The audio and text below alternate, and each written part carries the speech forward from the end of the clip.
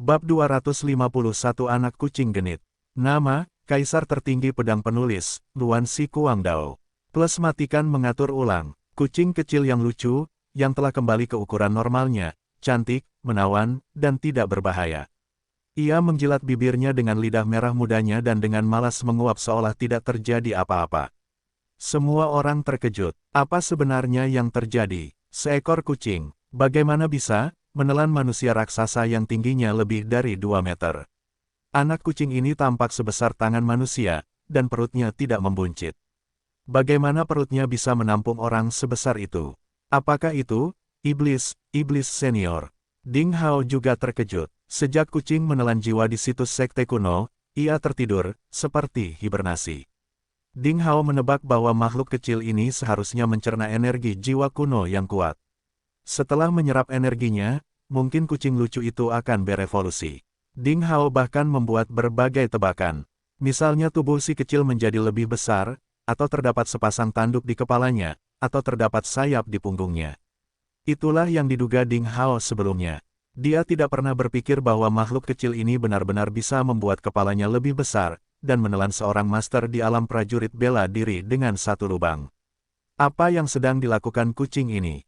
Tidakkah menurutmu itu kotor? Kamu benar-benar menjijikkan. Hati-hati dengan gangguan pencernaan karena memakan pria itu. Ding Hao biasa menegur. Miao, kedengarannya masuk akal. Aku merasa rasa daging manusia tidak enak. Kucing lucu itu membuka mulutnya, dan kepalanya menjadi besar lagi dan meludahkan cahaya biru ke tanah. Cahaya biru adalah pria botak besar. Orang ini masih hidup tetapi sangat menderita. Armornya hampir terkikis oleh cairan perak pucat. Otot-otot kaki dan lengannya juga terkorosi. Jika bukan karena ki kayunya, dia telah dicerna oleh asam lambung kucing lucu itu. Ah, iblis! Itu iblis! Pria berkepala pelontos itu ketakutan dan marah. Dia berteriak seperti Neropati, tapi tidak ada yang peduli padanya. Mata semua orang terfokus pada anak kucing itu. Ding Hao juga terkejut. Apa yang sedang terjadi? Kenapa aku baru saja mendengar anak kucing ini berbicara? Sial, apakah dia menjadi iblis? Haha, sudah kubilang padamu kalau lelaki kecil ini istimewa. Apa kamu percaya padaku sekarang? Master pedang tertawa dalam benak Ding Hao. Dia merasa sangat senang saat melihat Ding Hao ketakutan. Tapi kenapa kepala kucingnya membesar? Terlebih lagi, apakah dia bisa bicara? Ini sungguh gila. Ding Hao sangat bingung. Bodoh, siapa yang bilang itu kucing? Kata Master Pedang. Kedengarannya dia menutup mulutnya dan tersenyum. Dia mengomel, selain itu, lelaki kecil ini menelan jiwa kuno yang kuat dan memperoleh kebijaksanaannya, sehingga ia bisa berbicara. Haha, Cap Ding kecil, aku, gadis peri pedang, telah memberitahumu bahwa kamu sangat beruntung memiliki ini makhluk langka sebagai peliharaanmu. Tenang, ini baru permulaan. Masih banyak lagi hal-hal mengejutkan di masa depan, wow. Hahaha. Saber Master sedang dalam suasana hati yang baik dan jarang menyebut dirinya, Mama Tua. Terkutuklah aku, usiamu lebih dari 100.000 tahun, dan kamu benar-benar menyebut dirimu gadis peri pedang. Ayolah, aku akan memuntahkan makanan semalam. Sang Master Pedang mencibir karena dia akhirnya memanfaatkan kesempatan untuk meremehkan wanita tua ini. Mama Tua rela melakukan itu. Itu bukan urusanmu. Master Sabre langsung marah. Lagi pula, kamu belum makan selama lebih dari 100.000 tahun. Di mana makan malammu? Benar-benar munafik. Sang Master Pedang, tips berarti tidak ada yang perlu dikatakan karena dia tidak bisa berkata-kata tentang apa yang dikatakan orang lain. Ding Hao, wanita sangat sulit untuk dipahami. Yah, bukankah lelaki kecil ini adalah iblis senior? Jadi, apakah ia memilih menjadi anak kucing untuk menipu orang? Ding Hao bertanya dengan tidak yakin. Jangan khawatir, itu bukan iblis. Haha, jawab kedua monster tua itu bersamaan. Ding Hao merasa lega dan mengangguk. Saat dia menoleh dan menemukan kucing kecil itu sedang menatapnya dengan menyedihkan, Ding Hao segera berkata dengan wajah hitam, jangan makan orang lagi. Terlalu kejam, dan mudah diare. Miao, aku akan mencobanya, kata kucing lucu itu sambil menggelengkan kepalanya. Ding Hao menatap matanya yang licik dan tiba-tiba merasa akan sulit mengatur bocah imut ini. Saat mereka berbicara, 14 ksatria hitam yang tersisa takut mereka akan membawa pemimpin mereka untuk melarikan diri, tapi bagaimana Ding Hao bisa mengabaikan mereka? Hei, apakah kamu akan mundur sekarang? Sudah terlambat. Tubuh Ding Hao melintas dan menghalangi jalan mereka. Wow, hahaha, ini perampokan. Berhenti di situ. Jangan bergerak. Kamu, dan kamu. Cepat, serahkan kristal hitam, senjata ajaib, dan barang lainnya kepada Raja Kucingmu. Kalau tidak, aku akan memakanmu. Kucing lucu itu melompat ke bahu Ding Hao. Saat dia berkata, dia menunjukkan gigi susunya, mencoba mengancamnya. Seekor kucing yang sedang melakukan perampokan. Kelihatannya konyol dan semua orang merasa bingung. Namun, semua ksatria hitam ini telah menyaksikan pria imut ini menelan pria berkepala pelontos, jadi mereka tidak tersenyum. Mereka merasakan kedinginan yang tak ada habisnya. Semuanya tidak berani bergerak sama sekali, takut nenek moyang kecil ini menelan mereka. Menghadapi hal-hal yang tidak diketahui, orang selalu merasa sangat takut. Dahi Ding Hao penuh garis hitam. Tips, dia tidak bisa berkata-kata dan marah atas kelakuan kucing kecil itu. Ada apa dengan kucing ini? Perampokan, saya murid dari sekte yang baik. Lagi pula, mengapa Anda mengatakannya dengan keras? Itu terlalu memalukan. Tapi, lagi pula, para ksatria hitam ini bukanlah orang baik. Aku menghukum mereka dengan melakukan perampokan ini. Ding Hao tiba-tiba merasa bahwa kucing ini menjadikannya orang jahat. Kata-kata kucing itu hampir membuat para ksatria hitam itu marah. Jika mereka memiliki senjata ajaib atau kristal hitam, mengapa mereka menjadi bandit dalam cuaca dingin seperti itu? Terlebih lagi, jika mereka memiliki senjata ajaib, mereka pasti sudah mengalahkan Ding Hao. Namun, kucing itu terlalu menakutkan, sehingga para bandit ini harus mengambil semua barang berharga mereka. Uang kertas emas, dan beberapa pecahan perak. Perampok kucing mencari barang-barang itu dan menjadi sangat marah. Dia berteriak, "Di mana kristal hitam itu? Senjata ajaib, apakah kamu punya harta karun alam? Sialan, kamu ingin membodohiku dengan sampah ini. Sayang sekali, aku akan menggigit kalian semua." Seperti yang dia katakan, anak kucing itu menunjukkan gigi susunya yang cerah, dan kepalanya menjadi lebih besar. Berdebar, para ksatria hitam yang ketakutan berjongkok langsung di tanah, gemetar, menangis, dan menjerit. Mereka memohon, "Pahlawan, tolong lepaskan kami. Itu benar-benar yang kami punya. Lepaskan armormu, cepat." Kucing lucu itu sangat marah. Dia berteriak, "Kalian pasti menyembunyikan harta karun itu di pakaian kalian. Kalian semua melepas baju besi kalian tanpa mengenakan pakaian apapun." Kemudian, di tengah angin dingin, sekelompok ksatria hitam dengan sedih melepas baju besi dan pakaian mereka, seperti sekelompok ayam yang dipetik, menggigil.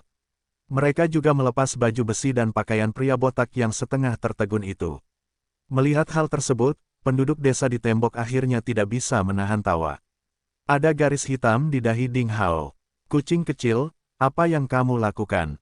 Sampah, sampah, sampah, semuanya sampah." Kucing lucu itu melompat-lompat dengan pakaian di tanah, mengendus-endus seperti anjing, tetapi dia tidak menemukan apa yang disukainya, jadi dia meraung dengan marah. "Ah! Kalian sekelompok bajingan, aku ingin makan kalian semua." Ding Hao tidak tahan, jadi dia menangkap bulu leher kucing itu dan membuangnya ke samping. Itu terlalu memalukan. Apakah orang ini adalah reinkarnasi dari bandit? Angin utara bertiup kencang dan kepingan salju berputar-putar. Pada hari yang beku itu, lebih dari selusin ksatria hitam hanya mengenakan pakaian dalam. Menggigil kedinginan, mereka tidak lagi sombong. Ding Hao mengerutkan bibirnya dan memikirkan cara menghadapinya. Membunuh mereka berarti melepaskan mereka begitu saja. Lagi pula, lebih dari selusin orang adalah pejuang dari alam murid bela diri dan kekuatan orang botak itu berada di alam prajurit bela diri dengan satu lubang. Di musim dingin yang panjang ini, akan berguna untuk memeliharanya. Jika dia bisa mengendalikan mereka. Ding Hao bertanya pada Master Pedang dan Master Pedang dalam pikirannya. "Haha, Ding kecil, itu mudah. Aku akan mengajarimu cara sederhana." Master Pedang tertawa dan memberitahu Ding Hao sebuah metode yang tidak sulit untuk dilakukan. Ding Hao mengucapkan terima kasih dan menyingkirkan pedang darah bermotif naga itu. Lalu dia membuka tangannya, nyala api kuning pucat muncul di telapak tangannya.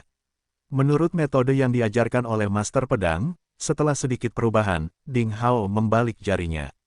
Nyala api tiba-tiba terbang keluar dan berubah menjadi selusin api kecil. Api yang berterbangan seperti meteor berhamburan ke tubuh para ksatria hitam. Para ksatria hitam yang malang itu benar-benar ketakutan oleh kucing kecil yang lucu itu yang semakin gelap. Mereka tidak berani bergerak. Mereka menyaksikan percikan kuning kecil memasuki tubuh mereka, dan wajah mereka menunjukkan ekspresi ngeri. Mereka berlutut dengan harapan Ding Hao akan menyelamatkan nyawa mereka. Aku sudah menanam merek api di tubuhmu. Tanpa pengenceranku dengan ki misterius sekali sehari, kamu akan terbakar menjadi abu oleh merek api. Semuanya dalam sehari semalam, sama seperti pedang ini.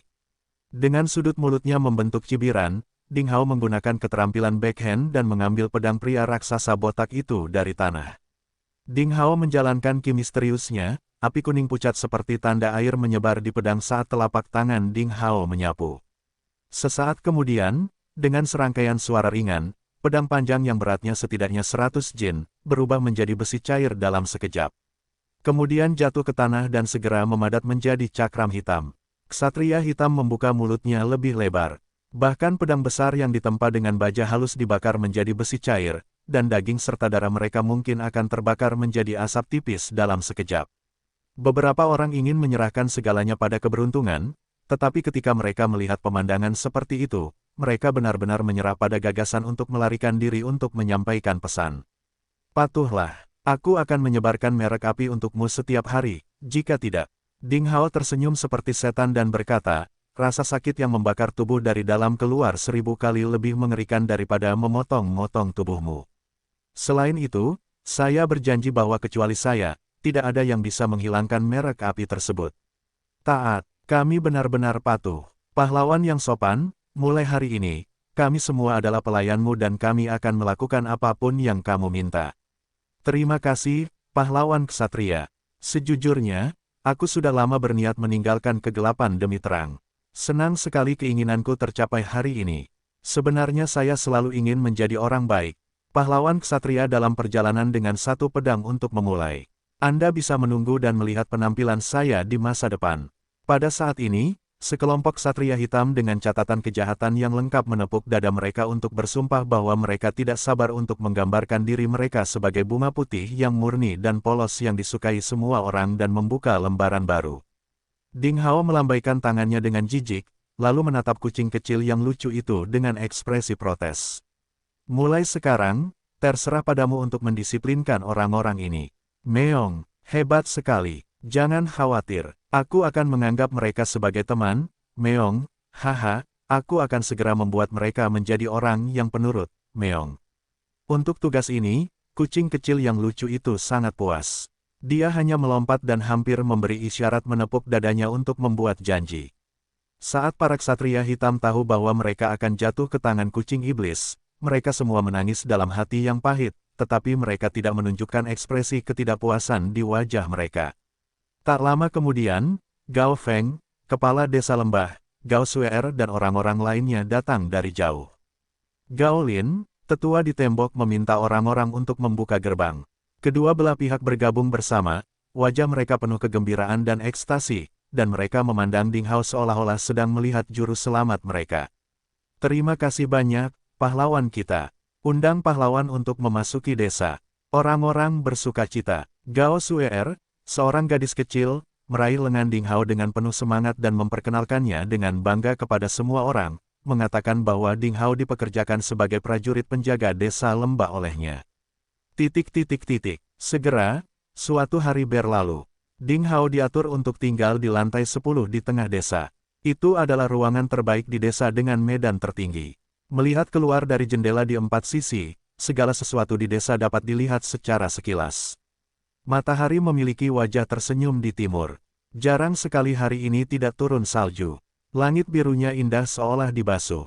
Ding Hao duduk perlahan dari ranjang batu yang ditutupi kulit dan menghangatkan dirinya. Dia mendapat banyak manfaat dari pertarungan kemarin. Tadi malam, dia hanya beristirahat sejenak dan kemudian mulai berpacu dengan waktu untuk melakukan kultivasi, dan akhirnya, di pagi hari, dia berhasil melewati Shaohe sepenuhnya. Bukaan ke-8 dari saluran tangan pertama Shaoyin, yang pertama dari 12 meridian standar, berhasil menyalakan ki misterius di celah ini.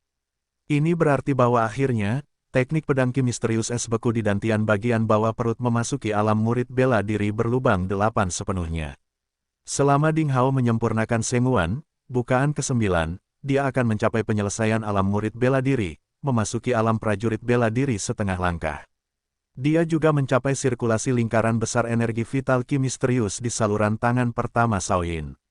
Pada saat itu, Ding Hao akan mampu mencapai lompatan kekuatan.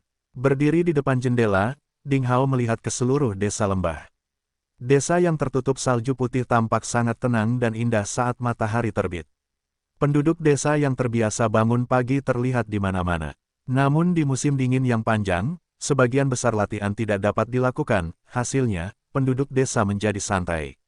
Di dinding jauh, kucing kecil lucu, yang mengaku sebagai iblis besar dari ksatria hitam, sedang sibuk melatih para ksatria hitam dengan pakaian biasa.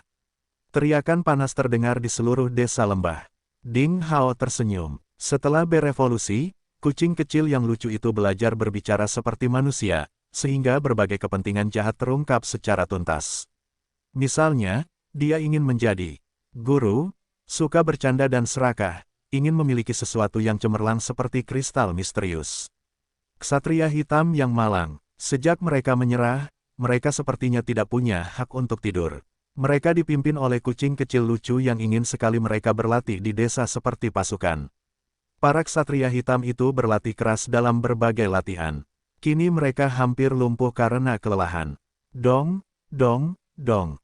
Seseorang mengetuk pintu. Masuk. Ding Hao berbalik perlahan. Kakak Kicheng, ini aku. Gao Suir melompat-lompat di dalam ruangan. Ding Hao tidak tahu mengapa setiap kali dia melihat gadis kecil itu, dia tidak bisa tidak mengingat saudara perempuannya yang hilang, Ding Keer. Dia merasa memiliki hubungan khusus dengannya. Sebelum meninggalkan kota damai, Ding Hao secara khusus membeli beberapa setelan pakaian untuk gadis kecil itu. Saat ini rok berlapis kapas berwarna biru muda yang dikenakan Gao Suir adalah salah satunya. Gadis kecil itu, setelah membasuh seluruh noda di tubuhnya, tampak seperti bidadari kecil yang lucu. Ayah dan kakek memintaku datang ke kakak Kicheng untuk sarapan. Gadis kecil itu memandang Ding Hao dengan pemujaan yang mendalam di matanya. Dipandu oleh Gao Suir, Ding Hao keluar dari bangunan batu. Di sepanjang jalan setapak berwarna biru di desa, Ding Hao menginjak salju tadi malam dan pergi ke rumah Gao Feng. Pahlawan ksatria telah tiba, silakan masuk. Gao Feng, kepala desa, Gao Lin, tetua dan orang-orang lain yang berdiri di desa telah menunggu Ding Hao di gerbang. Ding Hao tersenyum sambil berjalan. Dia berkata, semua paman, tolong jangan repot-repot. Panggil saja saya Kicheng. Dia berubah menjadi dengan satu pedang untuk memulai perjalanan. Selama periode waktu ini, dia menganggap dirinya sebagai Kicheng. Orang-orang mengambil tempat duduk setelah masuk ke dalam rumah, dan segera berbagai jenis makanan panas disajikan. Makanan yang disajikan sebelum Ding Hao kaya, meskipun ditempatkan dalam barang pecah belah yang mentah. Kebanyakan makanannya adalah daging yang dimasak dengan keterampilan memasak sederhana. Itu adalah gaya legendaris di desa bandit. Makan dan minum dilakukan dalam porsi besar. Melirik makanannya, Ding Hao menemukan bahwa makanan yang ditempatkan di hadapan orang lain sedikit. Semua makanan yang ditambahkan kurang dari 1/10 makanannya, dan sebagian besar adalah sup dan sayuran liar. Memikirkannya sebentar, Ding Hao mengetahui alasannya. Saat ini, makanan di desa sangat langka, jika tidak, Gao Feng sebagai kepala desa tidak akan terlihat kelaparan. Saya tidak bisa tidak menikmati makanan yang dibagikan seluruh desa. Ding Hao melambaikan tangannya, Ki misterius menyembur keluar dan makanan di hadapannya dibagi menjadi 10 bagian, lalu disajikan di hadapan semua orang. Satu bagian kecil tersisa untuk dirinya sendiri, lalu dia berkata, ayo makan bersama. Ini, kata Gao Lin sambil menyentuh janggut seputih salju, bagaimana mungkin kamu Kicheng, pahlawan ksatria, tidak memakan daging sebagai orang yang bercocok tanam. Di masa depan, keselamatan desa lembah akan bergantung padamu, sang pahlawan yang sopan. Tidak masalah apakah kami kelaparan atau tidak. Kami harus menjamin 3 hidangan untukmu setiap hari. Ya, Kicheng, pahlawan yang sopan. Ini adalah niat kami, Gao Feng, kepala desa dan yang lainnya berkata. Tidak apa-apa, kalau soal pangan, saya punya cara sendiri untuk mengatasi masalah itu. Kita harus berhemat. Ding Hao menggigit daging tua yang agak kering di depannya dan berkata, sekarang yang perlu kita lebih perhatikan, sebenarnya, adalah ancaman berkelanjutan dari desa naga darah. Meskipun si botak dan teman-temannya punya telah ditangkap oleh kami, Desa Nagadara akan melacak masalah ini kepada kami ketika mereka mendapat berita. Setelah mengetahui kebenarannya, saya khawatir Desa Lembah akan menghadapi balas dendam berdarah. Ding Hao menyelesaikan kata-katanya, matanya menyapu wajah semua orang dan mengamati reaksi mereka. Kecuali beberapa orang yang menunjukkan ekspresi sedikit takut, mata kebanyakan orang dipenuhi api amarah yang membara. Reaksi seperti itu membuat Ding Hao diam-diam puas. Orang-orang marah, menandakan bahwa mereka mempunyai niat memberontak. Jika mereka selalu ketakutan dan tersentak secara membabi buta, bahkan jika dia memberkati Desa Lembah pada musim dingin itu, suatu hari desa tersebut tidak akan bisa lepas dari nasib disalahgunakan oleh kekuatan luar. Dengan bantuan saudara Kicheng, kita bisa melawan mereka dengan tembok tinggi dan kayu besar. Ya, dari tadi malam saya sudah memerintahkan penduduk desa untuk memperkuat tembok dan mengisinya dengan air es yang dicampur dengan balok es. Sekarang baru musim dingin, menggunakan metode ini untuk membangun dinding es dengan sangat cepat, jadi tembok itu sudah rusak, ditingkatkan lagi sekitar 3 atau 4 meter. Jika tidak berhasil, yang tua dan lemah di desa dapat dipindahkan ke tempat lain. Yang muda dan setengah baya akan tinggal, dan kami akan dapat melakukan pertarungan hidup dan mati. Saat Desa Nagadara diangkat, mata orang-orang yang hadir berkobar karena amarah. Penindasan selama beberapa tahun terakhir dan kematian tragis Gao Jian sehari sebelumnya, keduanya membuat orang menanam benih kebencian di hati terhadap Desa Nagadara. Orang-orang menjadi marah untuk sementara waktu. Ding Hao menunggu mereka menyelesaikan kata-katanya dan kemudian dia membisikkan sesuatu kepada Gao Suer, gadis kecil itu. Gadis kecil itu menari. Setelah beberapa saat, kucing iblis, dengan ekornya yang berdiri tegak, masuk dengan angkuh. Di belakangnya ada pria botak dan raksasa dengan senyuman yang tidak sopan. Kemarin dia ditelan kucing setan sehingga hampir tercerna dan berubah menjadi cairan lambung. Dari penampilannya, dia tampak seperti ikan malang yang tampak terbakar sedang. Tato di kepalanya juga berantakan. Dengan tongkat untuk bersandar, alih-alih keganasan sebelumnya, dia terlihat sedikit bahagia. Meong, orang yang kubawakan untukmu. Kembalikan dia kepadaku setelah kamu selesai dengannya. Meong, orang ini yang paling lucu. Kucing kecil yang lucu itu kecanduan bermain, jadi dia berlari keluar seperti kilat setelah menyapa Ding Hao, dia akan menyiksa para ksatria hitam yang tersisa itu lagi. Senyuman pria bertato dan botak itu lebih jelek daripada menangis. Dia memandang Ding Hao dengan hati-hati. Ceritakan padaku sesuatu tentang kekuatan di Desa Nagadara, kata Ding Hao tanpa melihat ke atas. Pria bertato dan botak itu hampir disiksa hingga gila oleh Ding Hao dan kucing iblis. Setelah mendengar apa yang dikatakan Ding Hao, dia merasa linglung, tetapi dia tidak berani mengabaikan Ding Hao sama sekali, menceritakan kepadanya tentang Desa Nagadara secara detail. Ada lebih dari 600 orang di Desa Nagadara. Selain beberapa kuli, pengikut, juru masak, dan wanita, sekitar 300 orang benar-benar memiliki kekuatan tempur. Dari jumlah tersebut, 120 orang adalah pejuang di murid bela diri alam dan 20 prajurit di alam prajurit bela diri. Ada 3 kepala desa. Kepala suku ketiga adalah Sulong, dengan julukan pedang naga renang, di alam prajurit bela diri berlubang 3. Pedangnya seperti seekor naga yang bisa berenang. Dia sangat kejam dan tanpa belas kasihan. Pemimpin kedua adalah Han Yu, dengan julukan penasihat hantu. Dia jarang melibatkan dirinya dalam perkelahian selama beberapa tahun terakhir, dan memiliki kekuatan yang tak terduga. Dikatakan bahwa dia juga telah menguasai beberapa sarana formasi prasasti. Dia telah bertindak sebagai pemberi nasihat dan saran di desa. Dia kejam terhadap orang lain dan penuh dengan tipu muslihat yang licik. Orang yang paling mengerikan adalah kepala suku pertama Feng Shui, dengan julukan pengambilan jiwa dengan 1 pedang. Dia menggunakan pedang tipis dengan bilah sempit. Seluruh pedang itu seperti tinta, dan bilahnya seperti perak. 3 tahun yang lalu kekuatannya telah mencapai alam prajurit bela diri dengan lubang 8. Seseorang mengatakan bahwa dia adalah yang terkuat di alam mentor bela diri. Di sekitar seluruh pegunungan naga salju, kecuali kota damai, dia adalah master yang luar biasa. Selain itu, beberapa mekanisme dan jebakan yang sangat terampil telah dipasang di desa. Beberapa ratus meter di luar desa, formasi taktis yang dibuat dengan prasasti juga telah dipasang. Begitu diluncurkan, Siapapun yang terjebak dalam formasi seperti itu akan berubah menjadi daging cincang. Pria bertato dan botak itu memberikan penjelasannya tentang desa dengan sangat rinci, pada dasarnya menggambarkan semua kekuatan di desa Naga Darah. Ding Hao juga menanyakan beberapa hal lain kepadanya, pertanyaan dan pria bertato dan botak menceritakan apa yang dia ketahui. Baiklah, kamu bisa pergi sekarang. Ding Hao tahu apa yang ada dalam pikirannya dan dia melambaikan tangan kepada pria botak itu untuk mundur. Mendengar apa yang dikatakan si botak kepada Ding Hao tentang desa Naga Darah, penduduk desa tulang punggung desa lembah merasa malu. Darah panas mereka menjadi tidak berarti di hadapan kekuatan desa Naga Darah yang kuat. Setelah perkelahian terjadi, Feng Shui sendiri, pengambil jiwa dengan satu pedang, mampu menghancurkan desa lembah sepenuhnya dengan pedangnya. Tembok tinggi dan sejumlah besar penduduk desa tidak dapat menghalangi para master kuat di alam mentor bela diri yang mampu terbang ke Dandari.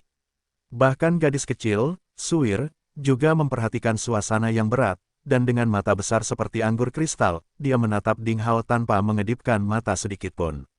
Gao Lin mengangkat alis putihnya dengan sedikit harapan di matanya. Menurutnya, dengan satu pedang untuk memulai perjalanan, pahlawan kesatria yang memiliki temperamen luar biasa, pasti lahir di keluarga besar atau sekte besar. Jika dia bersedia mengirim pesan untuk mengundang beberapa orang kuat untuk membantu, masalah ini akan jauh lebih sederhana. Menurut perkataan pria botak sebelumnya, dibutuhkan setidaknya 10 hari untuk menyampaikan berita ke desa Naga Hitam dari sini. Setelah 10 hari, desa Naga Hitam akan mengambil tindakan. Artinya, kita punya 10 hari untuk mempersiapkan. Ding Hao tidak lagi memberikan tekanan pada semua orang, dan dia berkata sambil tersenyum, 10 hari sudah cukup, tetapi premisnya adalah kamu, semua kakak laki-laki harus bekerja sama denganku. Saudara Kicheng, beritahu kami apa yang harus kami lakukan, dan kami semua mendengarkan Anda.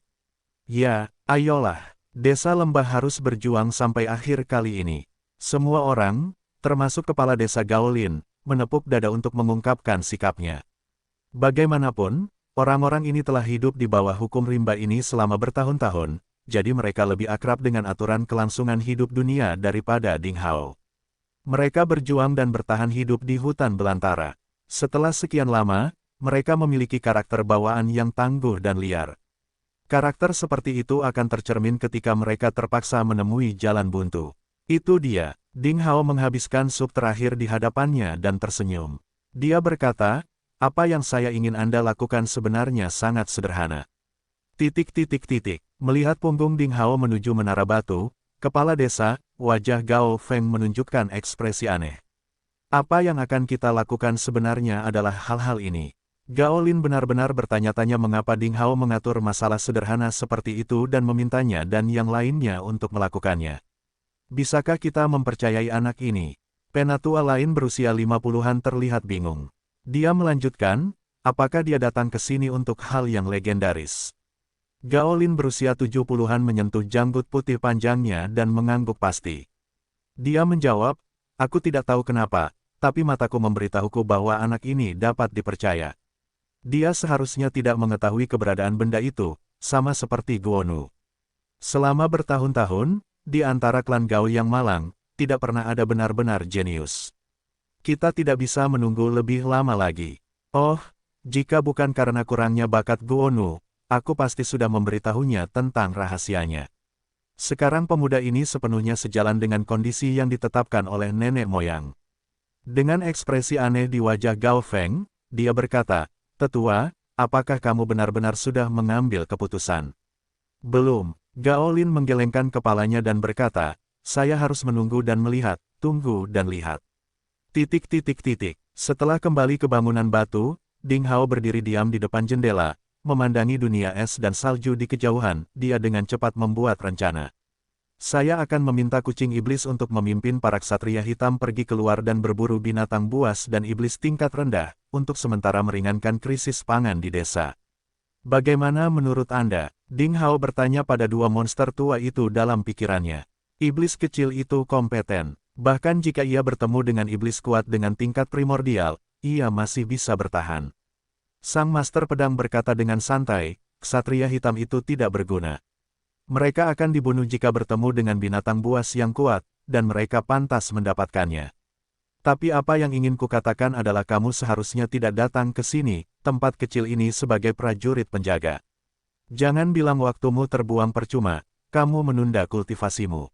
Kamu harus tahu bahwa kamu hanya punya waktu kurang dari 3 tahun sekarang dan sainganmu adalah monster, Mu Tianyang. Prajurit memegang pedang dan pedang di tangannya, dan dia harus memiliki keyakinan dalam pikirannya. Dia tidak berusaha untuk menjadi kuat, tetapi itu layak untuk hati nurani Anda. Orang yang tidak melanggar hati nuraninya memiliki pemikiran yang cerdas. Ding Hao mengambil posisi dan mengucapkan kata-kata itu. Dia bukan orang suci, tapi sebelum Guonu meninggal, Guonu mempercayakan desa kecil ini kepadanya. Sebagai seorang teman, dia harus berusaha semaksimal mungkin untuk menepati janjinya. Apa keyakinanmu? Yang pertama di bawah langit, iblis yang agung, atau dewa penjaga suku manusia? Master Pedang menanggapinya dengan bertanya dengan nada lecet.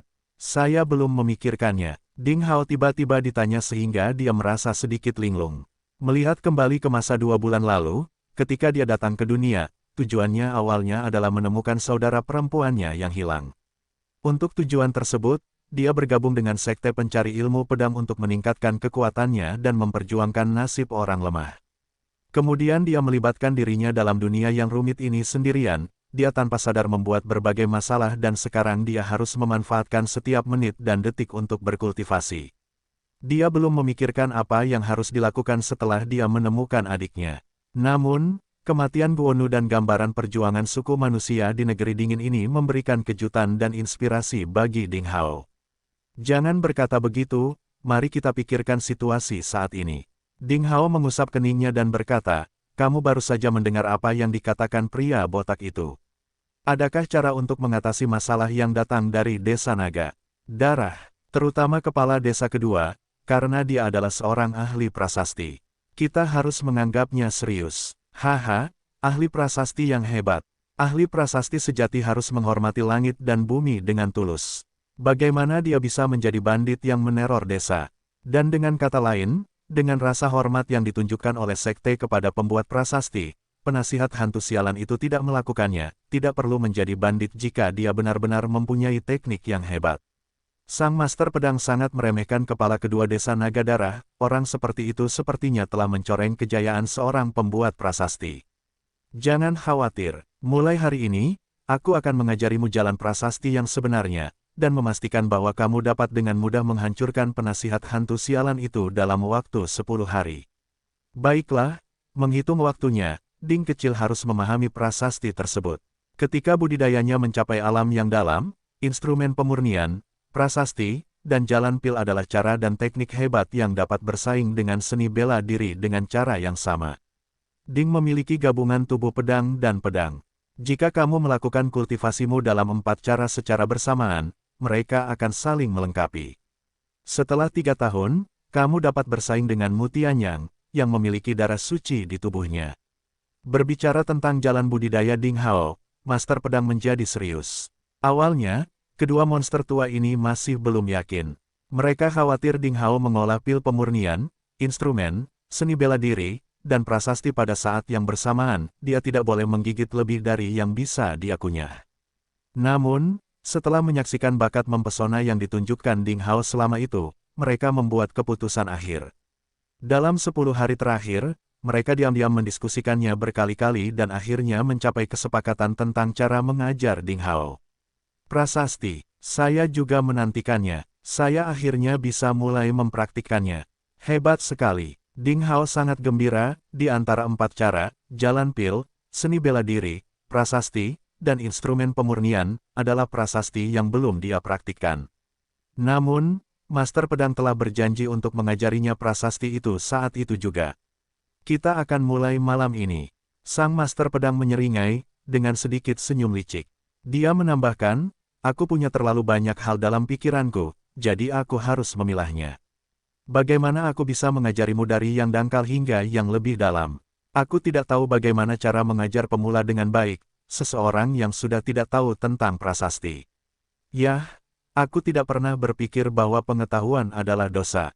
Master Pedang tiba-tiba menengadah ke langit dan berkata sambil tertawa, sejujurnya, jika tidak tahu malu adalah dosa, Master Pedang, dosamu tidak bisa dimaafkan.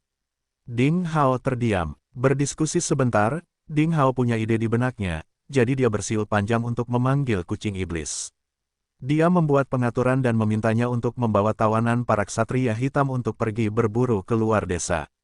Meong, Meong, aku sangat suka berburu. Meong, hahaha. Kucing iblis mengungkapkan kegembiraannya yang besar. Ding Hao punya firasat buruk dan berkata, jangan melangkah terlalu jauh. Jangan mencoba menangkap binatang buas yang terlalu kuat. Ksatria hitam itu harus tetap hidup untuk digunakan di masa depan. Jangan mempermainkan mereka sampai mati.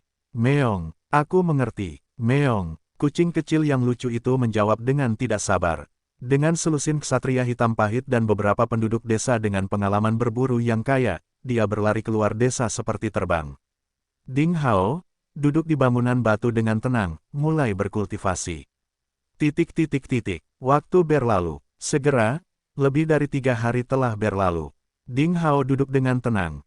Di bangunan batu setiap hari, berlatih seni bela diri tanpa meninggalkan rumah. Teknik pedang dan ki misterius teknik pedang dari dantian bawah perut dan dantian tengah dada telah mencapai ranah penyelesaian 8 lubang. 2 lubang Shaohai dan Qihai ringkas dan lembut, keduanya bersinar cemerlang seperti bintang besar. Pada saat yang sama, 2 keterampilan bertarung hebat dari gaya pembelah air Raja Naga dan teknik buram mengepul asap telah dikembangkan hingga terpenuhi. Ding Hao masih belum berlatih pembentukan tubuh emas terakhir dengan darah dan sumsum dari 9 tingkat pembentukan tubuh emas dengan es dan api. Adapun teknik ini, kekuatannya sebenarnya telah mencapai tingkat bawah di peringkat bumi. Namun teknik ini memiliki persyaratan yang terlalu tinggi terhadap konstitusi, keberuntungan, dan lingkungan budidaya seorang kultivator, sehingga hanya sedikit orang yang berhasil mencapai teknik seperti itu sebabnya evaluasi peringkat jatuh ke dalam peringkat manusia. Pada putaran terakhir pembentukan tubuh emas dengan darah dan sumsum dalam tubuh harus dipadatkan dan ditingkatkan agar konstitusi dapat diubah kualitasnya. Hanya ketika kultivator berlatih melalui es dan api yang ekstrim barulah dia dapat mencapai penyelesaiannya. Ding Hao siap berjuang untuk mencapai tingkat pemenuhan setelah dia mencapai tingkat murid bela diri, baik dalam hal ki misterius api terbakar dan ki misterius es dingin. Selain mempraktikkan teknik-teknik tersebut, dalam beberapa hari terakhir, Ding Hao menghabiskan lebih banyak waktu untuk mempelajari pengetahuan tentang formasi dengan master pedang. Pembelajaran semacam itu sangat luas dan rumit. Butuh waktu 3 hari bagi Ding Hao untuk mengetahui dasar kasar dengan pemahaman dan bakatnya, sehingga dia bahkan tidak mencapai tingkat sekilas teknik tersebut. Pada saat yang sama, dengan kepemimpinan Ding Hao, penduduk desa di desa lembah akhirnya kembali ke kehidupan normal mereka. Selain menanam beberapa sayuran hijau di ruang es, mereka juga pergi berburu bersama kucing iblis dan ksatria hitam. Tim berburu keluar desa pada siang hari setiap hari dan kembali sebelum matahari terbenam. Mereka mendapat banyak keuntungan, dan itu lebih dari cukup untuk memberi makan desa. Kucing iblis menunjukkan bakat berburu yang luar biasa. Setiap kali dia dapat menemukan binatang yang lemah sambil menghindari binatang yang kuat dan tidak menyenangkan, dan bahkan menemukan beberapa tumbuhan spiritual liar tingkat rendah di padang salju yang tidak dapat diakses. Di bawah kepemimpinan kucing iblis, cadangan ransum di desa lembah mulai melimpah. Orang jahat itu, yang terlalu banyak pamer sepanjang hari, hampir akan diabadikan oleh penduduk desa sebagai pertanda keberuntungan dari hewan mitos. Penduduk desa yang mempunyai cukup makanan menjadi kuat. Dengan nutrisi, tampilan pucat dan kurus hilang dan menjadi kuat. Beberapa pemuda dan pria parubaya juga mengikuti latihan yang dilakukan oleh para ksatria hitam dan mempelajari beberapa gerakan seni bela diri. Ding Hao tidak pernah pelit. Melalui mulut kucing iblis, dia mengajarkan teknik dengan satu pedang untuk memulai perjalanan kepada penduduk desa untuk berlatih, dengan harapan dapat meningkatkan kemampuan perlindungan diri mereka. Hanya dalam beberapa hari, desa lembah menjadi kuat dan segar kembali. Pada pagi keempat, cuaca cerah dan langit biru. Ding Hao akhirnya turun dari bangunan batu, sarapan bersama penduduk desa, dan menyapa Gao Feng dan yang lainnya. Dia meninggalkan desa lembah dan pergi ke padang salju luas sekitar 5 li jauhnya. Medan di sana sangat landai. Tanahnya tertutup salju dengan kedalaman lebih dari 1 meter. Di bawah sinar matahari, tanah dalam jarak 5 atau 600 meter seperti kertas putih besar, menyebar di antara langit dan bumi. Itu di sini, Ding Hao berdiri di atas salju. Dengan kekuatannya saat ini, ia mampu menginjak salju tanpa meninggalkan jejak apapun, seringan bulu. Pakaiannya berkibar tertiup angin seperti gumpalan asap. Menutup matanya, Ding Hao mengingat jalan prasasti yang diajarkan Master Pedang kepadanya hari ini. Saat dia membuka matanya lagi, cahaya yang membara berkedip-kedip. Saat cahaya ilahi bersinar, Ding Hao berbaring di kehampaan. Pedang berkarat dan pedang darah muncul di tangannya pada saat bersamaan. Ding Hao mulai berlatih jalan prasasti. Fondasi dasar jalan prasasti terletak pada 3 unsur jalan sastra, metode sastra, dan makna sastra. Kesaktian prasasti selalu berubah. Pada dasarnya semuanya dihasilkan dari 3 unsur.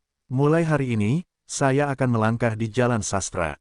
Ding Hao mengambil langkah maju perlahan dan membangun kekuatannya secara bertahap.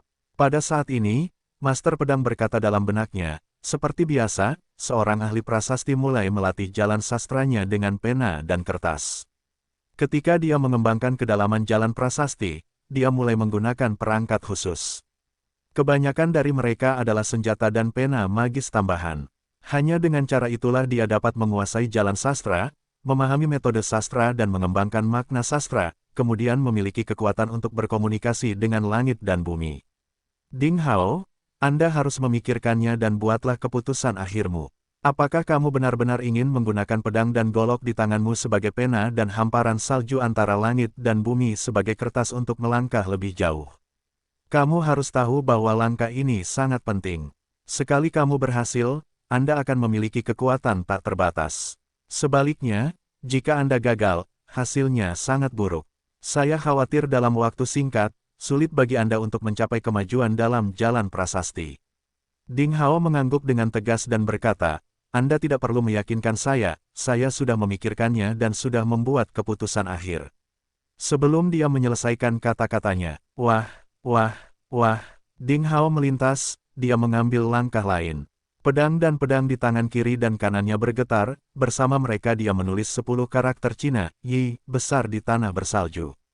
Yang disebut cara sastra adalah susunan dasar prasasti, seperti halnya guratan-guratan yang membentuk aksara Cina, juga ibarat guratan mendatar dan guratan vertikal yang membuat sketsa sebuah gulungan dan sirkuit-sirkuit yang menyusun sebuah garis.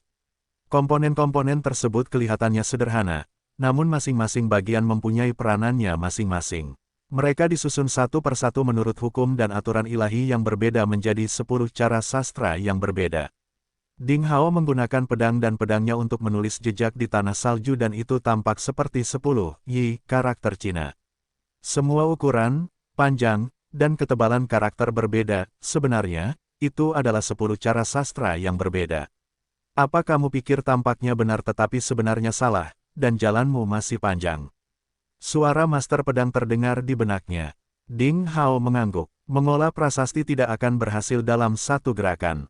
Dia berpikir bahwa dialah yang berhasil, sangat jelas dalam pikiran, tetapi dengan pedang dan pedang yang digambarkan, sedikit perbedaan dapat menyebabkan kesalahan yang serius. 10 karakter Cina, Yi, belum mencapai level garis. T. Karena perjalanan masih panjang, saya akan mencoba lagi. Alih-alih merasa putus asa, Ding Hao malah tertawa dan penuh percaya diri. Ding Hao mengayunkan pedang dan pedangnya lagi. Dia seperti naga yang menari. Salju memercik karena suara angin. Kedua tangannya melambai di udara dan dia membuat tanda di salju dengan pedang dan pedangnya. Sedikit lebih baik sekarang, tapi itu masih belum garis. Master Pedang menilai dia dengan kasar. Ding Hao tersenyum tipis. Kalau begitu aku akan melanjutkan. Dia sangat tenang dan tidak cemas sama sekali. Dia berpikir sambil menggambar. Cara dia mengayunkan pedang dan bilahnya tidak cepat, melainkan perlahan seolah sedang mengukir di permukaan besi. Desir, desir, desir. Serangkaian suara ringan terdengar di lapangan salju. Master Pedang berkata, sekarang sudah lebih baik, tapi masih belum cukup baik. Ding Hao menjawab, kalau begitu aku akan terus melakukannya. Titik. Ini bisa lebih baik. Lanjutkan. Titik. Hampir saja. Oke, aku akan coba lagi. Titik. Itu sudah sangat dekat sekarang. Baiklah, ayolah. Titik. Yah, sekarang sudah sangat bagus, tapi belum sempurna. Lagi. Evaluasi dan jawaban yang sama diulangi di lapangan salju yang berangin dan cerah ini. Master Pedang yang membuat evaluasi tampaknya telah menjadi penguji yang rewel, dan Ding Hao selalu tampil tanpa kesombongan. Meskipun karyanya ditolak berkali-kali, dia selalu tersenyum dan dengan tenang mengayunkan pedang dan pedangnya. Ia tampak benar-benar tenggelam dalam dunia magis yang terdiri dari guratan-guratan sederhana, seperti horizontal, jatuh ke kanan, vertikal, jatuh ke kiri, mengait, memutar, menekuk, melengkung, dan titik. Waktu berlalu dengan lambat dan cepat. Ding Hao secara bertahap memasuki kondisi meditasi mendalam tanpa pikiran yang mengganggu. Dia melupakan angin di telinganya, melupakan salju di sekelilingnya, melupakan di mana dia berada, melupakan master pedang dan master pedang di benaknya, melupakan pedang dan bilah di tangannya, dan bahkan melupakan dirinya sendiri. Satu-satunya hal di benaknya ada guratan-guratan monoton, dan dunia di hadapannya menjadi kertas putih kosong yang bisa ia lukis sesuka hati. Dia menulis dan mengukir sebanyak yang dia suka. Dia telah melupakan perjalanan waktu. Hei, master pedang, menurutku tidak apa-apa. Jangan terlalu jahat padanya. Aku merasa garis-garis yang diukir oleh Little Chap Ding sangat terampil meskipun tidak sempurna. Garis-garis itu cukup bagus untuk melaksanakan tata bahasa. Master pedang mengeluh ketika dia melihat betapa kerasnya master pedang terhadap Ding Hao. Kamu mempunyai rambut panjang, tetapi kamu kekurangan kebijaksanaan. Kamu tidak tahu apa-apa, sang master pedang membantah dengan sangat meremehkan. Garis-garis itu hanyalah beberapa guratan sederhana, namun mengandung keagungan Dao. Orang-orang tahu bahwa prasasti tersebut memiliki ribuan keterampilan sihir dan memiliki kekuatan paling misterius di dunia, namun fondasinya terletak pada garis-garis yang paling sederhana ini. Garis-garis itu seperti batu bata sebuah bangunan, elemen kekuatan. Itu adalah hal yang paling mendasar. Hanya ketika memiliki fondasi yang sempurna seseorang dapat mencapai kekuatan magis yang sempurna. Hari ini, saya bersikap keras pada Little Chap Ding, tetapi di masa depan, ketika prasastinya pedang dan bilahnya mencapai tingkat mahir, dia akan berterima kasih kepadaku. Kamu, Master Pedang sangat marah karena dimarahi, tapi dia tahu bahwa kata-kata yang diucapkan Master Pedang itu benar. Mereka tidak hanya diterapkan pada prasasti, tetapi juga diterapkan pada seni bela diri, keterampilan ramuan, dan keterampilan memurnikan senjata. Dia ingin membantah kata-katanya, tetapi dia tidak dapat menemukan alasannya. Sang Master Pedang merasa sangat senang saat melihat Master Pedang itu terdiam. Dia berkata, omong-omong, kamu tidak boleh mengakomodasi Little Chap Ding. Kamu sebaiknya mendorong dia untuk berlatih ramuan. Kamu tahu, seorang guru yang ketat menghasilkan siswa yang berprestasi. Hahaha, Master Pedang akhirnya tidak tahan lagi. Dia berteriak, dengan marah, diam, keparat, Mama tua punya caraku untuk mengajarinya dan itu bukan urusanmu. Ayo kita naik keledai sambil membaca, pergi dan lihat. Mari kita lihat apakah keahliannya dalam teknik pedang dan obat mujarab lebih kuat dari keahliannya dalam teknik pedang, keahlian, dan prasasti.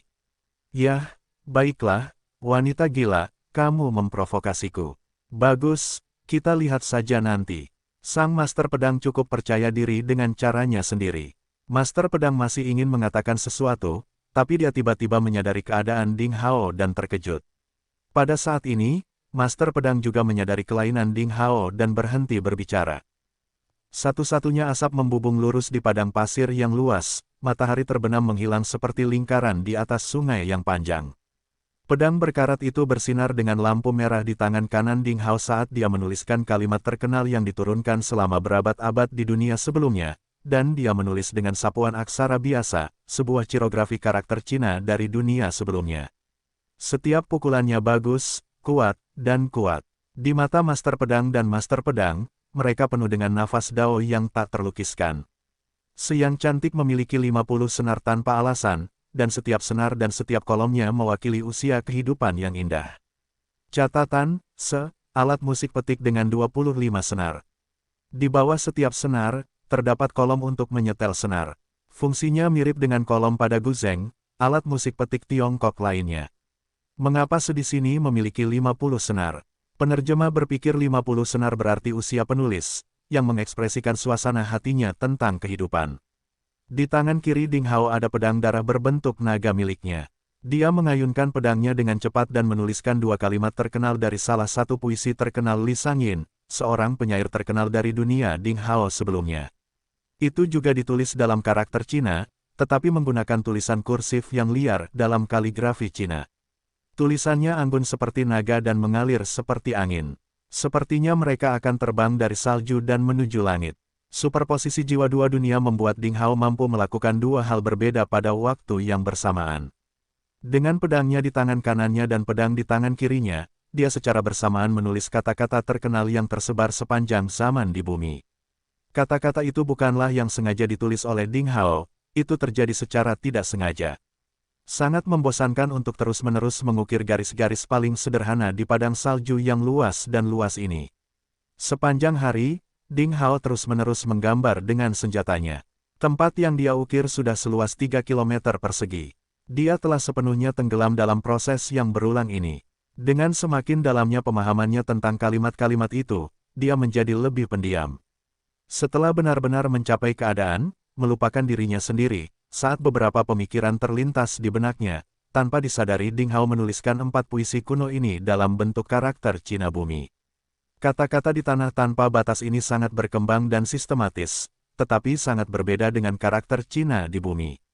Keempat puisi kuno ini tiba-tiba menjadi inspirasi bagi Ding Hao dan dia tidak menyadari apa maksudnya, tetapi bagi Master Pedang dan Master Pedang, puisi-puisi itu seperti guntur yang menggelegar di atas kepala mereka. Mereka sepertinya telah melihat sesuatu yang luar biasa. Saat berikutnya, sesuatu yang luar biasa terjadi. Boom, boom, boom. Begitu Ding Hao mengukir kata terakhir, tiba-tiba terjadi 24 ledakan, 24 karakter Cina yang terukir di salju langsung meledak. Salju ada di mana-mana dan gumpalan kekuatan yang hampir sekuat pukulan penuh dari murid bela diri dengan satu lubang menyebar ke 24 lubang. Salju, apa yang terjadi? Ding Hao merasa terganggu oleh suara yang tiba-tiba itu dan akhirnya terbangun dari keadaan, melupakan dirinya sendiri. Saat dia melihat ke atas, Ding Hao tidak bisa tidak terkejut. Tanpa disadari, suatu hari telah berlalu dengan tenang, dan Ding Hao merasa itu hanya berlalu sesaat, namun sebenarnya hari sudah senja. Hanya separuh matahari merah yang menggantung di atas pegunungan bersalju. Matahari merah mewarnai awan menjadi merah dan salju putih asli ditutupi dengan lingkaran cahaya merah muda. Mereka tampak seperti darah mengalir. Garis-garis fundamental diukir dengan rapat di seluruh lapangan salju seluas 3 km persegi. Sulit untuk melihat marginnya. Aku sudah menulis begitu banyak. Bahkan Ding Hao sendiri sedikit terkejut. Ding Hao sedikit menggerakkan lengannya dan kemudian menemukan rasa mati rasa dan nyeri di lengan bawah, lengan atas, pergelangan tangan, dan jari-jarinya. Dia melakukan pengukiran garis dengan intensitas tinggi sepanjang hari dan tidak istirahat sama sekali. Meskipun kekuatan fisik Ding Hao kuat, dia masih merasakan sakit dan lengan serta jarinya bengkak. Tentu saja, yang paling mengejutkan Ding Hao adalah 24 karakter China, yang meledak tanpa tanda peringatan.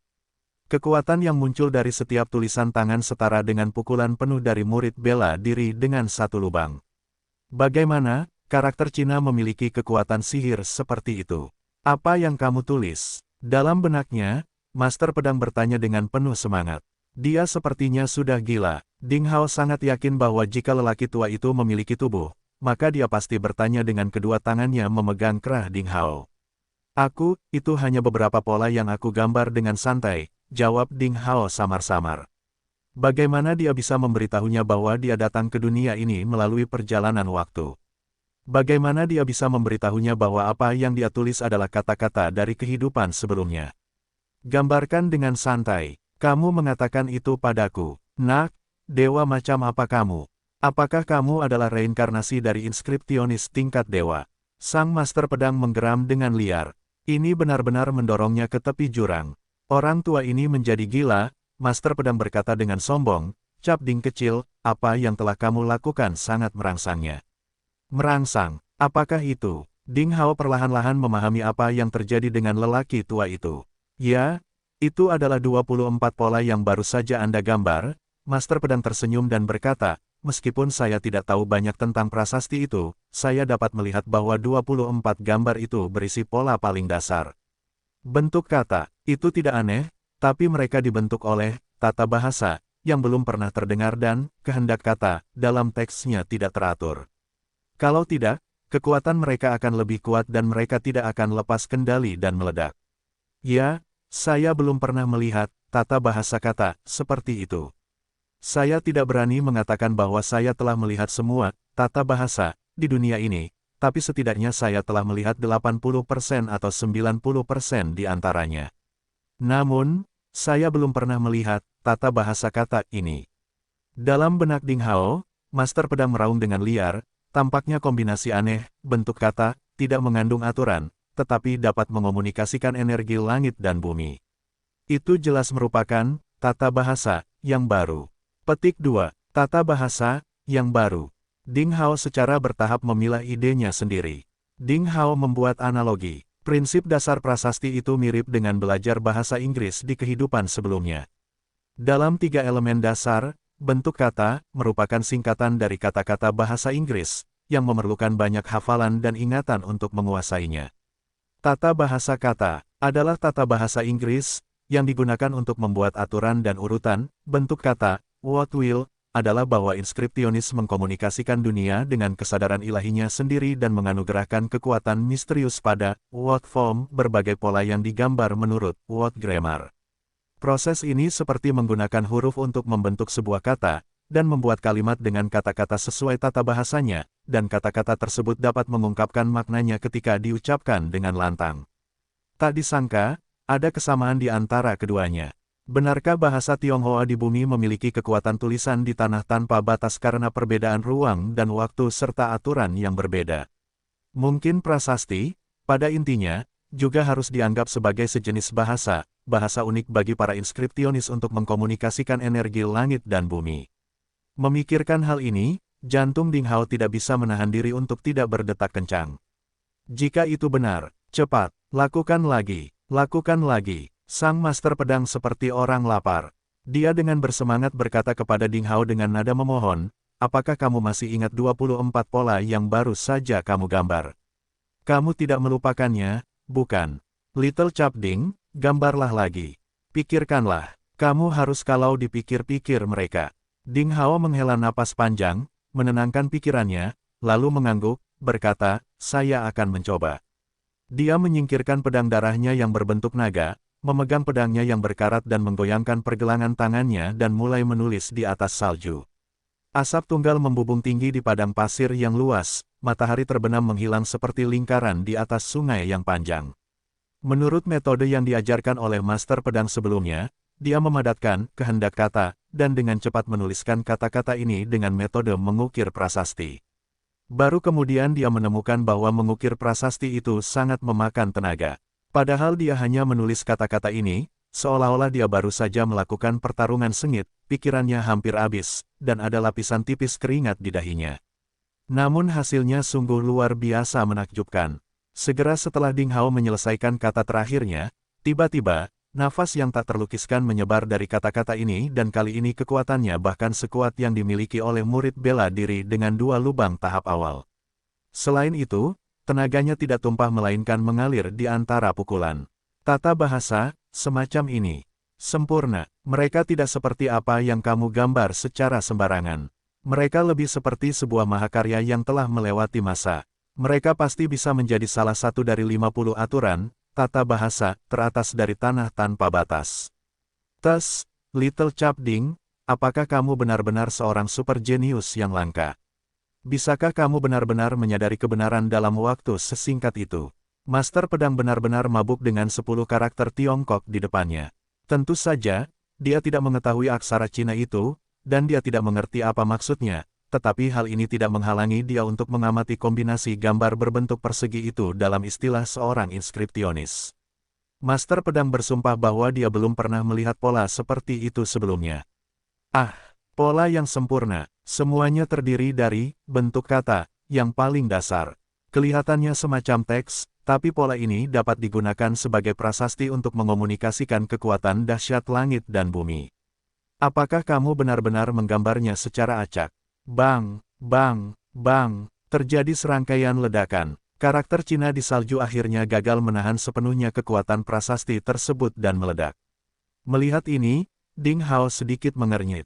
Namun, Master Pedang tertawa gembira. Tidak apa-apa, kamu hanya berlatih prasasti itu selama 1 hari, tapi apa yang telah kamu capai dibandingkan dengan apa yang telah dicapai oleh orang lain selama 4 atau 5 bulan. Kamu luar biasa. Alasan mengapa prasasti ini meledak adalah karena keilahianmu kesadaran tidak cukup kuat, dan Anda hanya menguasai pengetahuan dangkal kehendak kata. Oleh karena itu, apa yang Anda gambar secara alami tidak dapat menahan kekuatannya.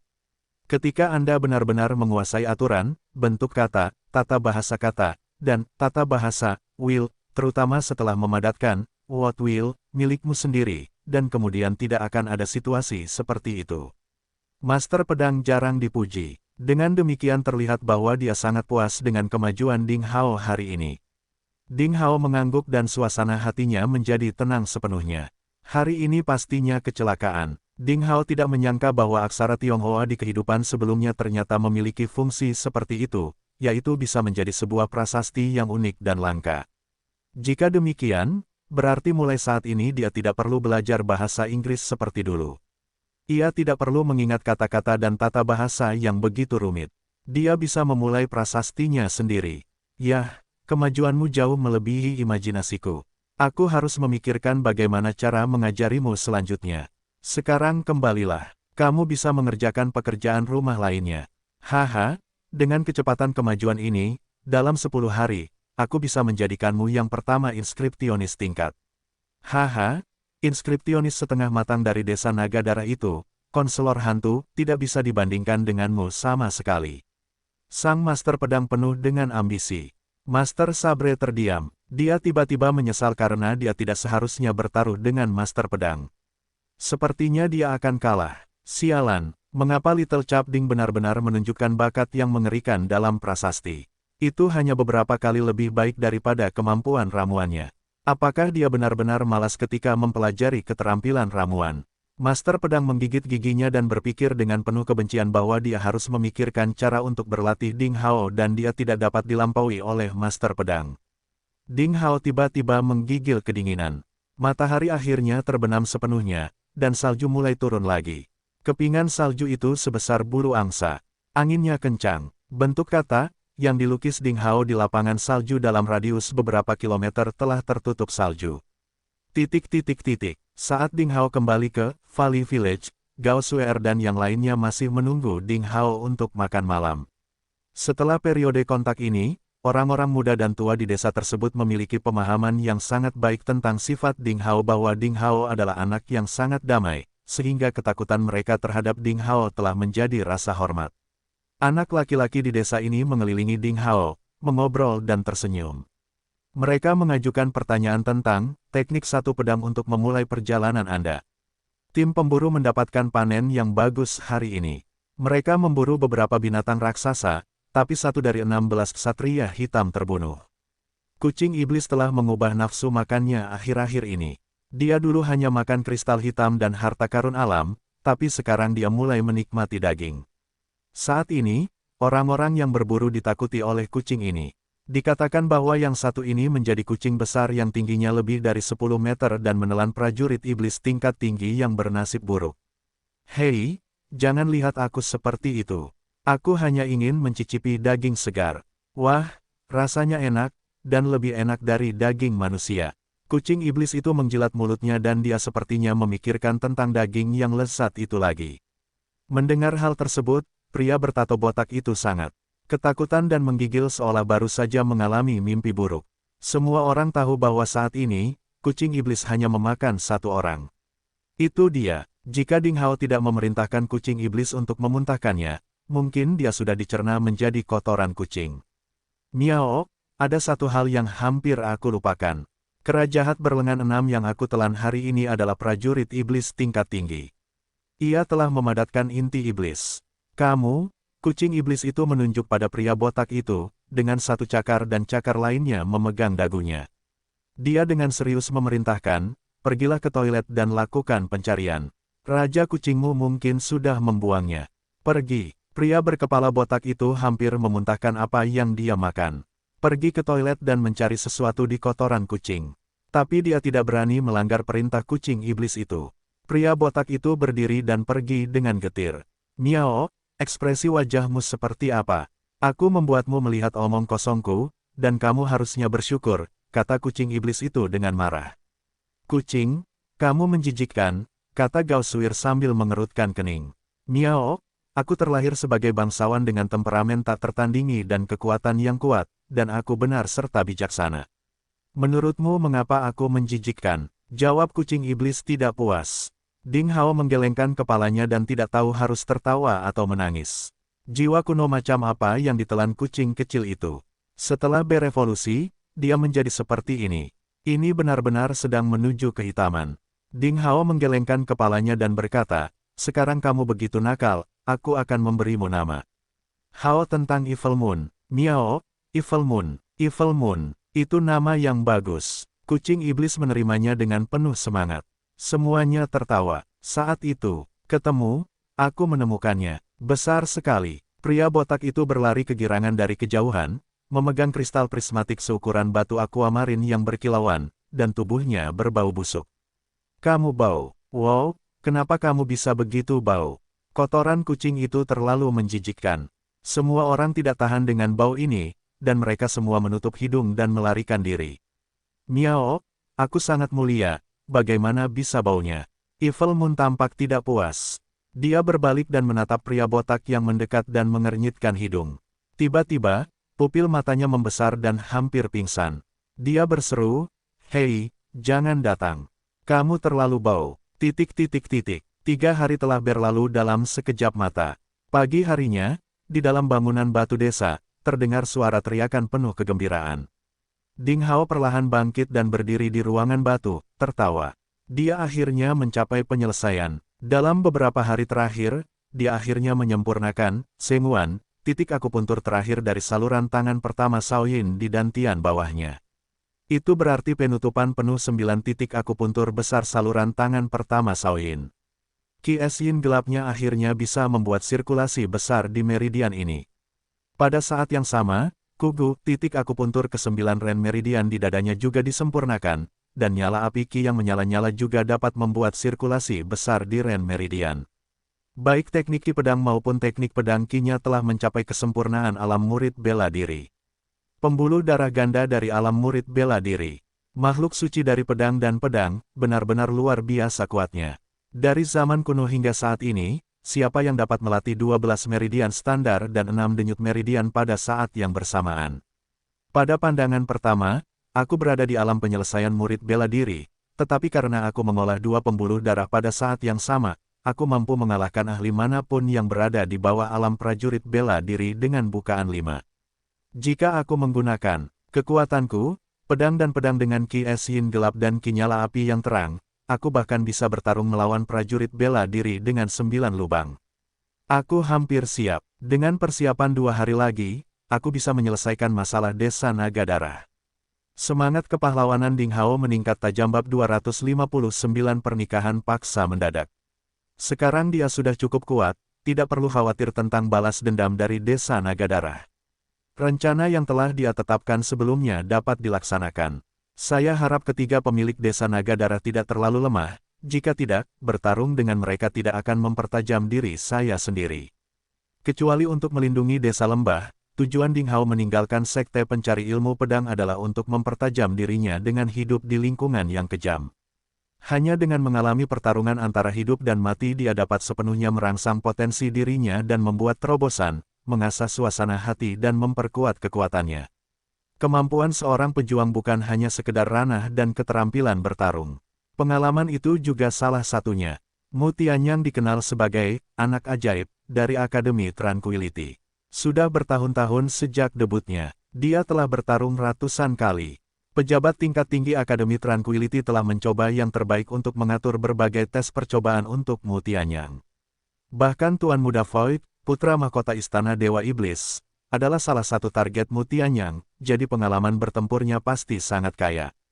Semua pengalamannya terakumulasi dalam pertempuran sengit hidup dan mati, jadi Mu Tianyang benar-benar mengerikan. Jika Ding Hao ingin menantang Mu Tianyang, setiap aspeknya pasti tidak boleh lebih lemah dari Mu Tianyang, tidak peduli wilayahnya, keterampilan sihir, keterampilan tempur, senjata magis, atau pengalaman tempurnya. Cara sekte pencari ilmu pedang dalam melatih murid-muridnya bersifat sistematis dan selangkah demi selangkah, tetapi itu tidak sesuai untuk Ding Hao, yang sangat perlu meningkatkan kekuatannya. Selain itu, sekte pencari ilmu pedang tidak akan melakukan yang terbaik untuk melatih Ding Hao, jadi dia harus melatih dirinya sendiri. Ding Hao mendongak dan melihat matahari merah terbit di langit. Dia akan berlatih prasasti di lapangan salju di luar desa seperti biasa. Tapi pada saat itu, bang, bang, bang, ada ketukan cepat di pintu. Gao Suir, yang berdandan cantik, bergegas masuk dengan air mata berlinang. Dia memegang Ding Hao, menangis dan berkata, "Saudara Hao, tolong selamatkan saya. Suir tidak ingin menikah. Saya tidak ingin menjadi selir orang lain. Saya ingin berlatih seni bela diri. Saya ingin menjadi pejuang seperti saudara Hao." Dia terisak. Menikah, menjadi selir seseorang. Ding Hao bingung dan bertanya, "Siapa yang ingin kamu menikah? Umurmu kurang dari 13 tahun, apa yang terjadi?" Oh, mata Gao Sue bengkak. Mereka sebesar buah persik madu. Dia sesekali dan dengan jelas menjelaskan keseluruhan prosesnya. Di barat daya desa lembah sekitar 25 km jauhnya, terdapat pemukiman manusia yang disebut Kota Sungai King, yang berpenduduk sekitar 1.000 orang. Itu sedikit lebih besar dari Valley Village. Kota Sungai King berada di bawah kendali keluarga Li, dan kekuatannya jauh lebih kuat daripada desa lembah. Wali kota Kota Sungai King bernama Li Ying. Dia memiliki 5 putra. Yang tertua adalah Li Yunfei, seorang pejuang alam murid bela diri. Dia telah menikah selama 3 tahun, namun dia belum pernah mempunyai anak. Seseorang memberitahunya bahwa kepala desa lembah memiliki seorang putri, yang cantik alami dan pintar, jadi dia ingin menikahinya dan mendapatkan seorang anak. Pagi ini, dia mengirim seseorang untuk membicarakan hal ini dengan ayah Gao Sue. Gao Feng menerimanya. Tidak ada yang tahu apa yang dia pikirkan. Dia sedang mempertimbangkan untuk menikahkan gadisnya yang berusia 13 tahun dengan Li Yunfei sebagai selirnya. Gao Suir memiliki bakat dan dia ingin menjadi seorang pejuang seperti Ding Hao. Apalagi selama ini, Ding Hao secara pribadi memberikan bimbingan, sehingga kemajuannya cukup pesat. Dalam hal ini, diperkirakan dia memiliki harapan untuk memasuki salah satu dari 9 sekte dan menjadi murid. Tentu saja, dia tidak ingin menjadi selir orang lain untuk menghancurkan harapan hidupnya. Jangan khawatir, ayo dan lihat. Ding Hao menghibur gadis kecil yang panik itu, keluar dari gedung batu. Dia akan berbicara dengan Gao Feng. Kepala Gao benar-benar tahu waktunya. Sekarang setelah kamu berjanji untuk menikahkan putrimu dengan kakak laki-lakiku, maka kota Sungai King dan desa lembahmu akan menjadi saudara. Haha, kami akan menjagamu. Kamu memegang perkataanku. Di aula, seorang pemuda berusia 20-an berkata. Dia bengkak karena kesombongan. Pria ini mengenakan armor kulit, membawa 2 kapak besar. Ada janggut keras di wajahnya. Dia tampak bangga. Pria itu adalah tuan muda kedua kota Sungai King, Li Yunyang. Gao Feng terlihat murung, tapi dia tidak mengatakan apapun.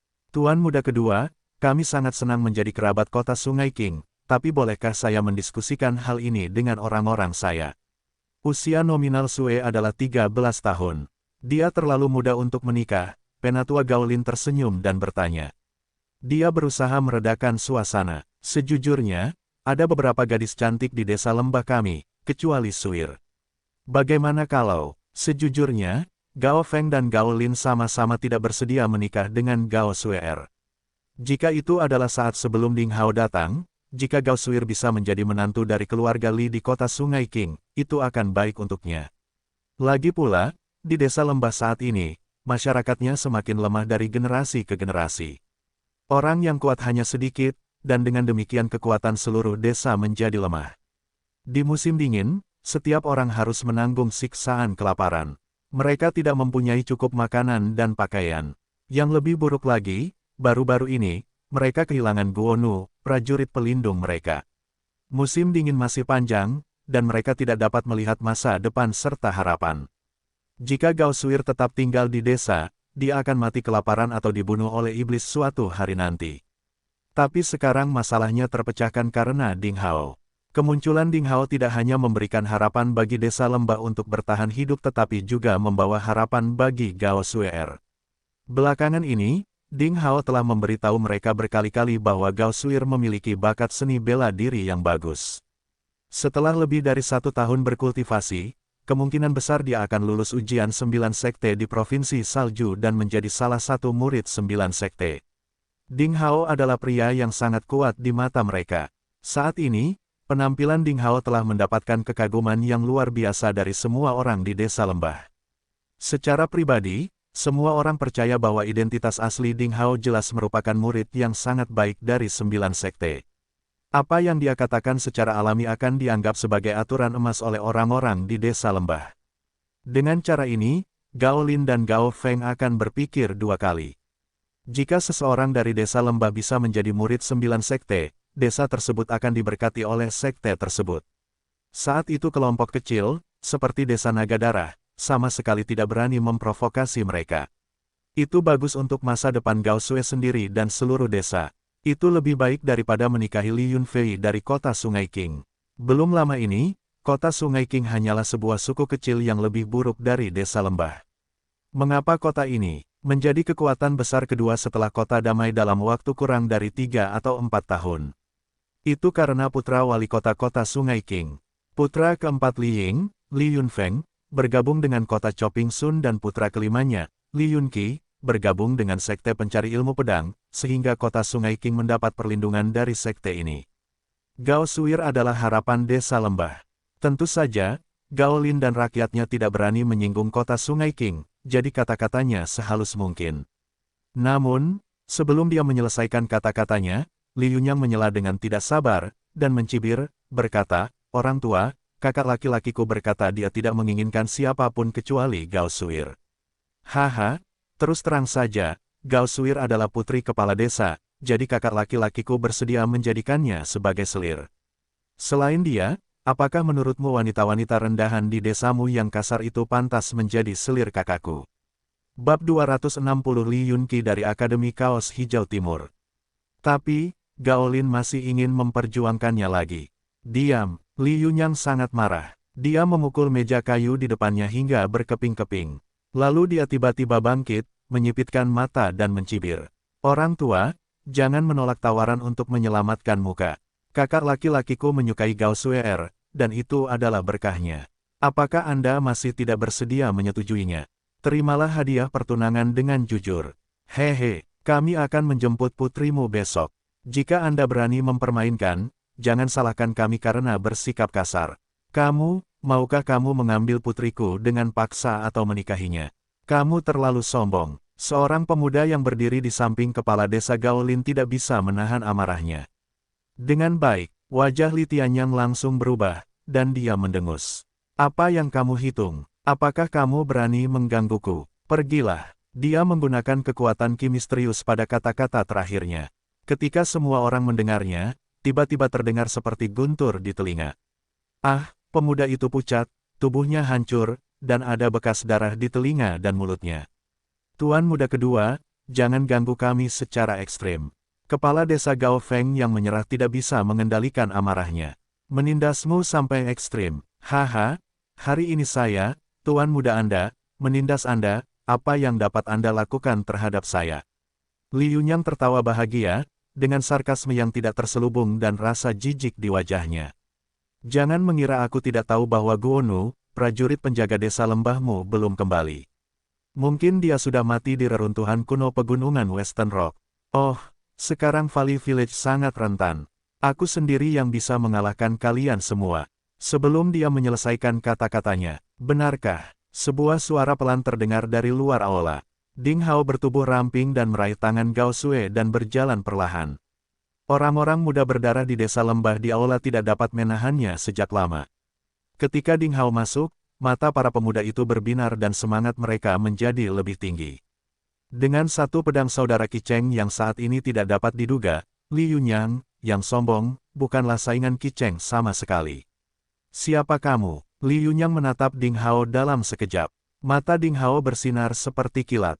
Dia melihat sekeliling aula dan dengan lemah berkata, "Siapa kamu? Kamu tidak pantas menanyakan namaku." Arogan, orang-orang muda di desa lembah tiba-tiba merasa sangat lega. Kesombongan Li Yunyang terungkap dalam kata-katanya, dan dia disengaja dan lancang seolah-olah dia adalah seorang pemula yang vulgar. Arogansi satu pedang Qi Cheng adalah temperamen alaminya. Hal ini membuat orang-orang merasa bahwa Li Yunyang, tuan muda kedua kota Sungai Qing yang mengesankan tentu saja tidak pantas mengetahui nama Ding Hao. "Kamu," Li Yunyang sangat marah di dalam hatinya, dan dia hendak mengatakan sesuatu. Tiba-tiba pupil matanya menyusut dan dengan mata dingin, dia menatap tangan Ding Hao. Ding Hao meraih tangan kecil Gao Sue dengan tangannya. Siapa yang berani menyentuh wanita kakak laki-laki itu? Wajah Li Yunyang menunjukkan noda, berkata, "Nak, jika kamu masih ingin hidup, potong tanganmu sendiri." "Oh, yang mana yang harus dipotong?" Mulut Ding Hao menunjukkan sedikit keceriaan. "Tangan kotor yang kamu gunakan untuk menyentuh Gao Suir." Li Yunyang perlahan mendekat dan menjadi semakin ganas. "Jika kamu ingin mengeluh, salahkan dirimu sendiri karena telah menyentuh wanita yang dipilih oleh kakak laki-lakiku. Jika kamu tidak mau, maka aku potong saja kedua tangan kotormu." Ding Hao menghela nafas dan perlahan mengulurkan tangan kanannya dan berkata, "Tanganku ada di sini. Saya khawatir Anda tidak memiliki kemampuan untuk memotongnya. Kamu bertindak sembarangan dan membabi buta, jadi aku akan memotong kaki anjingmu." Li Yunyang melintas. Dengan suara mendesing, dia mengeluarkan pedang panjang di bagian pinggang. Seperti garis perak, dia bermaksud memotong tangan Ding Hao seperti kilat. Ada suara seru yang tak terhentikan di aula. Saat berikutnya, namun, Ding Hao tidak mengelak, dan dia hanya menjentikkan jarinya dengan lembut ke pisau tajam itu. Ding, pada saat jari daging menyentuh bilah baja, gambaran percikan darah dalam pemikiran inersia orang tidak muncul. Suara pedang kecil masih terdengar, bergema di seluruh aula. Cahaya pedang menyala dengan terbang mundur, melewati pelipis Li Yunyang dan dipaku di atap aula. Keheningan yang mematikan. Para pejuang dari kota Qingjiang yang sedang menunggu untuk menyaksikan pemandangan hiruk-pikuk dengan suasana gembira karena kemalangan menjadi bodoh seperti disambar petir. Li Yunyang tetap terdiam di tempat yang sama, dengan dahinya mengeluarkan banyak keringat. Beberapa helai rambut hitam rontok di bahu, dan ada sedikit kesejukan jantung yang berdebar-debar di pelipis. Kemudian Li Yunyang melihat pedang panjang di tangannya, dan pedang itu dipotong seluruhnya dari tengah menjadi dua bagian. Jari-jari ramping anak laki-laki itu yang mematahkan pedangnya dengan menjentikkan pelan. Apakah jari daging mematahkan pedang baja dengan menjentikkannya? Li Yunyang tiba-tiba tahu bahwa dia telah menendang lempengan besi itu. Dia telah bertemu dengan seorang guru yang buruk. Ia merasa tertegun sehingga membuang pedangnya yang patah. Kedua tangannya tanpa sadar mengarah ke belakang dan berniat mengambil gagang sepasang kapak raksasa. Dia ingin mengatakan sesuatu. "Pergi!" Ding Hao berteriak pelan. Suara ini dan omelan Li Yunyang sebelumnya terhadap pemuda di sebelah Gao Feng memiliki efek luar biasa yang sama, mengandung serangan gelombang suara Qi. Tapi suara itu dibuat oleh Ding Hao, jauh lebih halus daripada suara Li Yunyang. Orang lain tidak dapat melihat perbedaan sama sekali. Di telinga Li Yunyang, suara itu sepertinya dibuat tepat di telinganya, menabuh genderang raksasa untuk menghancurkan dunia. Percikan terbang di depan mata Li Yunyang. Dia merasa pusing dan tuli. Dia terhuyung dan wajahnya menjadi kuning pucat seolah ditutupi lapisan tipis emas. "Ayo pergi." Ketika Li Yunyang terkejut, dia tiba-tiba merasa ketakutan dan tidak memiliki semangat juang lagi. Dia berbalik dan lari langsung ke pintu aula. Para prajurit yang menyertainya dari kota Sungai Qing tetap linglung untuk sementara waktu dan gagal merespons. Ditatap oleh Ding Hao, mereka tiba-tiba seperti diarahkan oleh busur yang kuat dan busur yang keras, dan mereka merasa dingin di sekujur tubuh. Seseorang berteriak tanpa sadar sehingga puluhan orang seperti anjing tunawisma mengikuti Li Yunyang untuk melarikan diri. Hal ini tidak akan berakhir. Dengan cara seperti itu, kita akan datang besok, dan kakakku akan datang menjemput gadis itu. Suara marah Li Yunyang karena malu terdengar dari luar. Bahkan Gao Feng, Gao Lin dan yang lainnya saling berpandangan dan merasa bingung harus berbuat apa.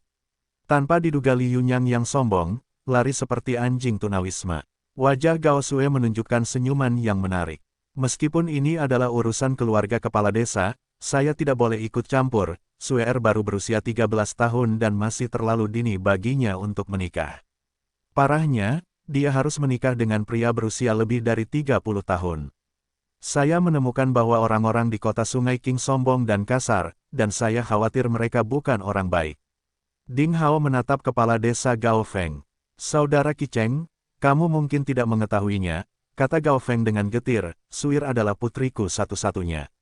Tentu saja, saya ingin dia memiliki pernikahan yang baik, tapi kami, desa lembah, tidak bisa menyinggung kota Sungai Qing. Jangan menyebutkan bahwa ada terlalu banyak ahli seni bela diri, dan bahkan Li Yunfeng di kota Chopping Sun dan saudaranya Li Yunqi di Sekte Pencari Ilmu Pedang dihormati oleh orang-orang di Kota Damai. Terutama Li Yunqi dengan bakat luar biasa yang baru saja bergabung dengan Sekte Pencari Ilmu Pedang tahun ini. Dia hanya seorang murid terdaftar, tetapi karena penampilannya yang luar biasa, dia telah menjadi salah satu murid elit di